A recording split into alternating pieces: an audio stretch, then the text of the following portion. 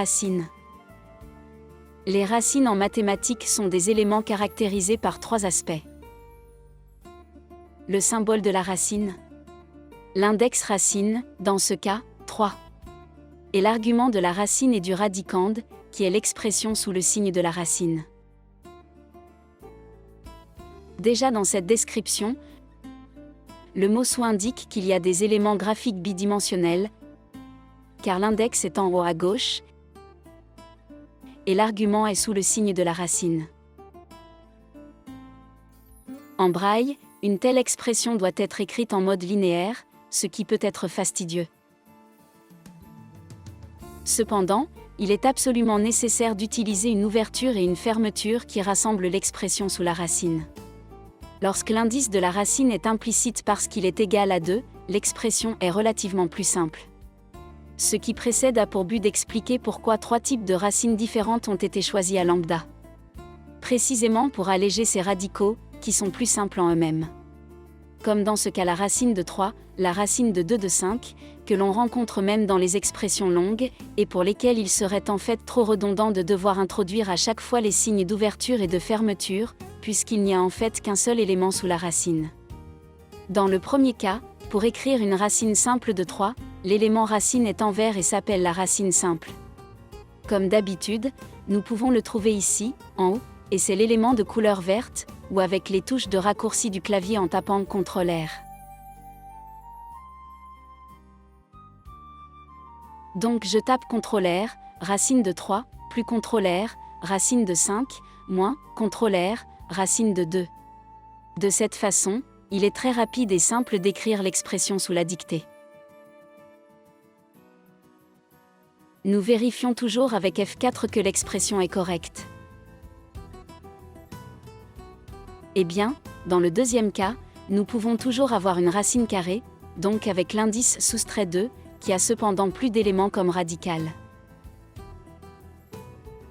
Ici, il est vraiment nécessaire d'insérer l'ouverture et la fermeture de la manière habituelle. C'est-à-dire, soit avec l'icône, ici c'est le cas, est un symbole de racine légèrement arqué qui donne l'idée d'une parenthèse.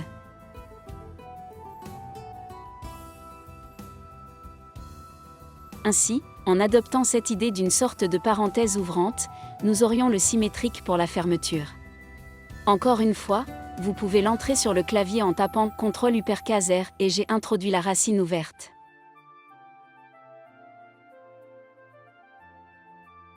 Vous pouvez aller dans la barre d'état et lire le nom, puis l'argument de la racine, c'est-à-dire x plus 2, et ensuite pour la fermeture. Comme d'habitude, il suffit de taper le CTRL-K qui ferme l'expression. De même, en allant dans les préférences sous insertion, vous pouvez mettre oui pour une insertion complète dès le début et ainsi la prochaine fois que je tape CTRL-R majuscule, nous aurons déjà la structure racine avec ouvrir et fermer.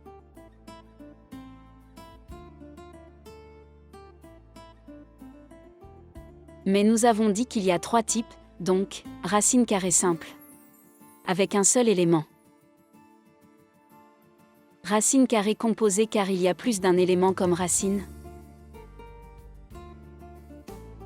Et enfin, la troisième possibilité est d'avoir également l'indice de la racine explicite. Dans ce cas, la racine cubique, la racine de 3. Alors comment est-il inséré ?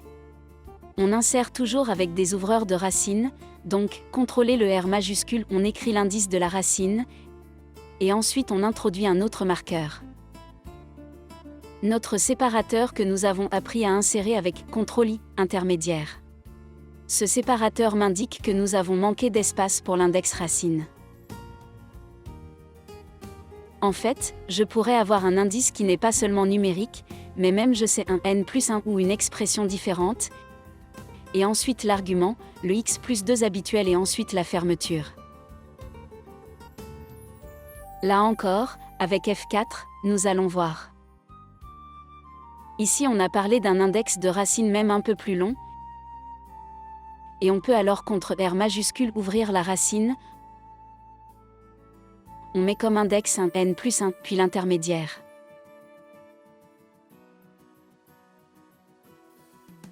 CTRL I et enfin l'argument x, 1.